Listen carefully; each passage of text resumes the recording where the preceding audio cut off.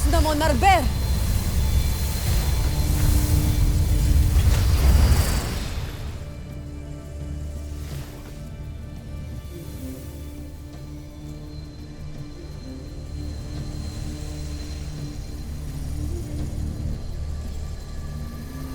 Narito na tayong muli, Gaia.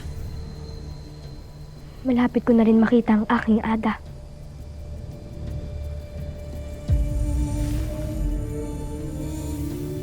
Maligayang pagbabalik sa Encantadia.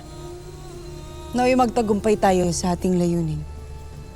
Matapos ang gulo, upang wala nang ibang nilalang pang madamay sa kasamaan ni Nagarkan. Tayo na.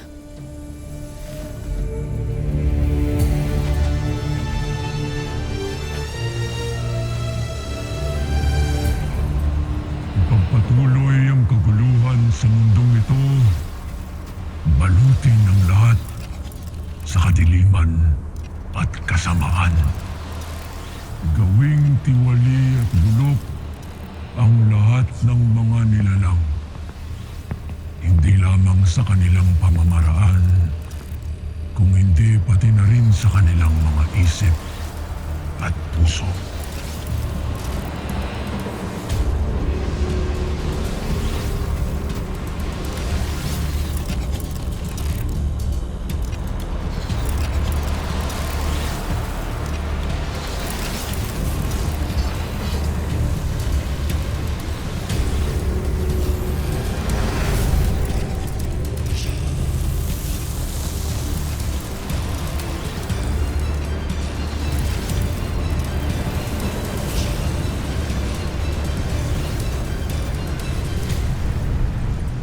Malinaw ba ang aking tinuran, Lira?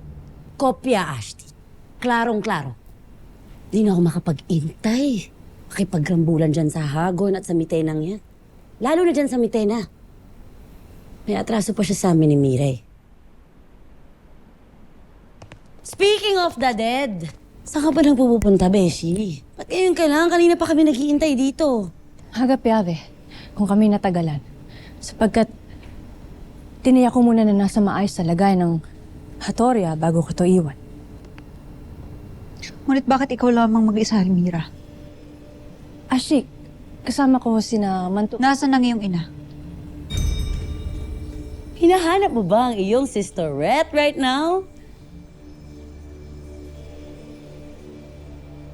Bati na ba kayo ni Ashti Perena? Manahimik kami. Miss mo siya, no? Mahal na sangre, yan na nga ang aming suliranin. Pagkat nawawala ang iyong apo eh. Kahit si Sangre Mira ay hindi alam kung saan siya nagtungo. Naku po.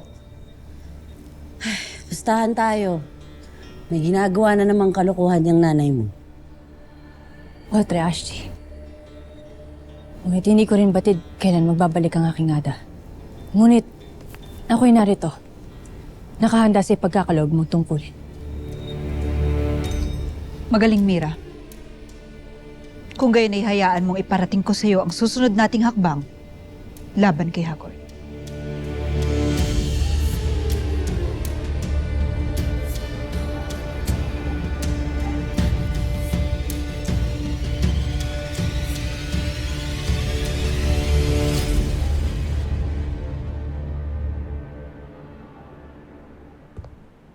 Mabuti at nakabalik ka na pala mula sa Lereo.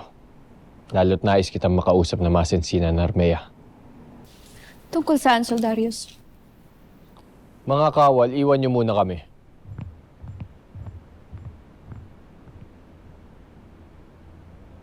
Mayroon pa rin ako mga naririnig na hindi magagandang usapin ukol sa iyo, Armea. Kaya't lalo't ingatan mo ang iyong mga galaw. Bakit kailangan mo papaikutin ng iyong mga salita? Bakit hindi mo na lang tuwirang sabihin sa akin kung anong mga hindi magagandang usapin na iyong naririnig, Soldarius?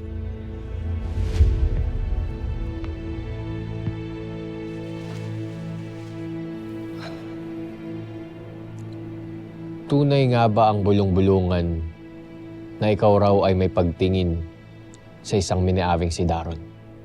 Na kaya raw mabuti ang iyong pakikitungo ay dahil sa itinatangi mo na siya. Totoo ba to, Armea?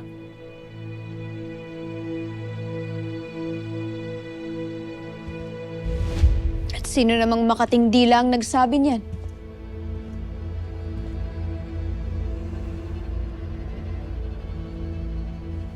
Ang iyong Ashti? Na walang ibang ginawa kundi magsabi ng kasamaan laban sa akin?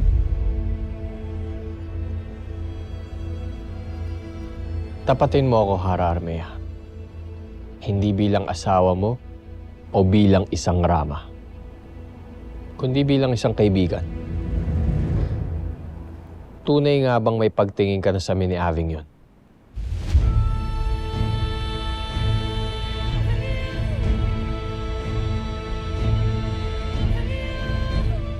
Sang-ayon kami sa plano ni Hara Alena, Ashti Danaya. Asahan niyong kaisa kami sa labanan nito. Kami ni Lyra. Fighting, Ashti. Kung gayon ay tayo na. At isa lang mga sangre. Mara. Aking apre. Lamara. Aking kapatid.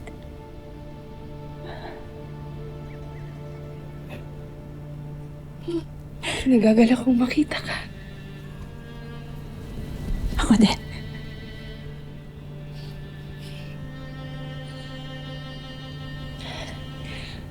Ikaw din, Lyra.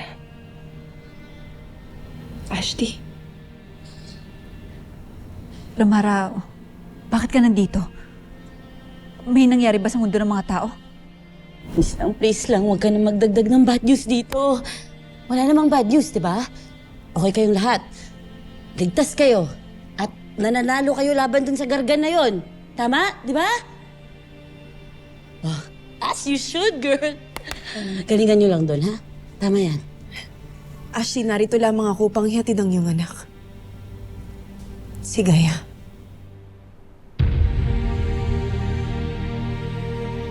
Kaya.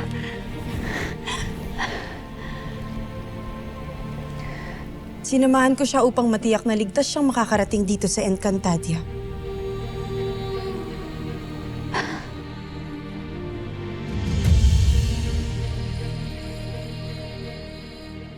Anong saysay ng nararamdaman ko? Lalo't batid ko na ang aking puso ay hindi ko pwede ipagkaloob sa iba. Mananatili itong nakatali sa Sapiro at sa Encantadia. Bakit hindi mo aminin sa akin ang totoo, Armea? Para saan pa? Masasaktan ka ba? Hindi ba't batid natin na wala namang pagmamahal sa ating dalawa lalo't may minamahal kang iba? Sabihin mo sa akin, Soldarius, makakabawas ba sa iyong pagiging hari at sa iyong tungkulin ang naudlot mong pagmamahal kay Flamara?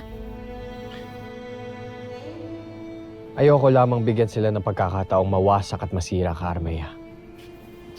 Uulitin ko, Soldarius. Batid ko ang aking tungkulin. At ang bigat ng sagisag ng pagiging reyna, kaya hindi ko to kailanman ipagpapalit para sa kahit sino. Kahit ano pang aking nararamdaman. Kaya hindi mo ko kailangang paalalahanan. Dahil tanggap ko na isinumpa tayo sa isang pagsasamang panghabang buhay na wala namang pagmamahal. Tulad ng aking mga magulang.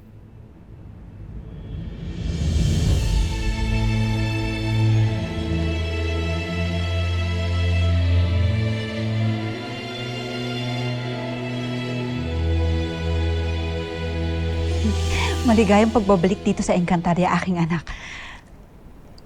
Ngunit, nasaan ang iyong kapatid?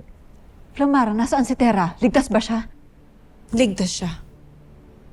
Kinailangan niya lamang na manatili sa mundo ng mga tao upang paghandaan ang aming laban kay Gargan. Kung kahit ako na muna ang naghatid dito kay Gaia. Ngunit kailangan ko na ring umalis. Kailangan ko na magbalik sa mundo ng mga tao. Ngunit bago ang lahat, nais ko sana munang makita at makausap ang ating Ada, Mira. Wala siya, Sangre Flamara. Hindi namin batid kung nasan siya. Maaaring may mahalaga lamang siya pinuntahan, Flamara. Gayon man ay wala kang dapat ipag-alala sa kanya. Lalong-lalo na sa Hatoria. Huwag mag-alala. Ginagawa namin lahat para labanan ng mga pasneyong kalaban dito. Huwag mo kaming alalahanin. Ang mabuti pa, Flamara, ay magtungo ka na sa mundo ng mga tao. Hindi dapat kayo naghihiwa-hiwalay apat. Masusunod, Ashti.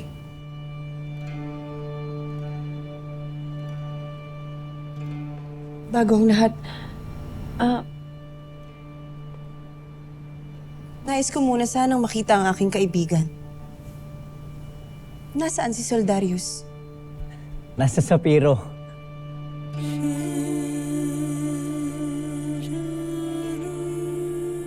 Abisala, Maiste. Mag-ingat ka. Sigurado ka? Ay, Pagtungo tayo ron ngayon din. naku, yung sisi ko. Magkakadrama sa Sapiro. Mira. Kaya na yun, no? Kaya na yun.